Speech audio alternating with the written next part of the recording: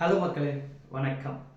உங்களை நான் இந்த பதிவு எதற்காகனா, வெப்பம் அதிகமாக இருக்குது, முடியல, வெப்பத்தை அதிகம் இருக்குது. ஆனால் இன்னும் ஒரு 2-3 வருஷத்துக்கு அப்புறம் என்ன சொல்கிறாங்கன்னா, 2006 2026 2028 ரொம்ப அதிகமான வெப்பம் வரும்ன்றாங்க. அது இயற்கையை சொல்ல முடியாதில்ல யாராலையும்.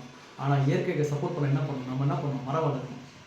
மரம் வளர்த்தா மட்டும்தான் வெப்பத்தை கண்ட்ரோல் பண்ண முடியும், சுத்தமான காற்றை சுவாசிக்க முடியும். நீங்கள் மட்டும் இல்லை, நீங்கள் உங்கள் காலத்தை முடிச்சிட்டீங்க, அடுத்து கொடுக்குறது உங்கள் பசங்க, அதுக்கப்புறம் உங்கள் பேர பிள்ளைங்க, அவங்க எல்லாருக்கும் என்ன பண்ணணும், சுத்தமான காற்று நம்ம கொடுக்கணும்ல. அதுக்கு நம்ம எல்லோரும் ஒன்று சேரணும்ல. எப்படி ஒன்று சேரணும்? எல்லாரும் ஒரு மரத்தை வளர்க்கணும். ஒரு வீட்டாலும் ஒரு மனுஷனும் ஒரு மரத்தை வளர்க்கணும். வளர்த்தே ஆகணும். கேரளா எப்படி இருக்குது, பசுமை எப்படி இருக்குது, பெங்களூர் எப்படி இருக்குது, பசுமை புரட்சியாக இருக்குது. அந்த மாதிரி நம்மளுடைய தமிழ்நாட்டையும் பசுமை புரட்சியாக நம்மளால் மாற்ற முடியும், உங்களால் மாற்ற முடியும், என்னால் மாற்ற முடியும். ஸோ நம்ம என்ன பண்ணுவோம், மரம் வளர்ப்போம், சமுதாயம் காப்போம்.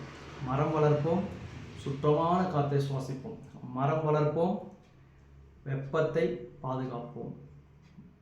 மரம் வளர்ப்போம், நீர்வளம் பெறுவோம். ஸோ இது எல்லாத்தையும் மனசில் வச்சுக்கோங்க. மரம் தான் மெயின்.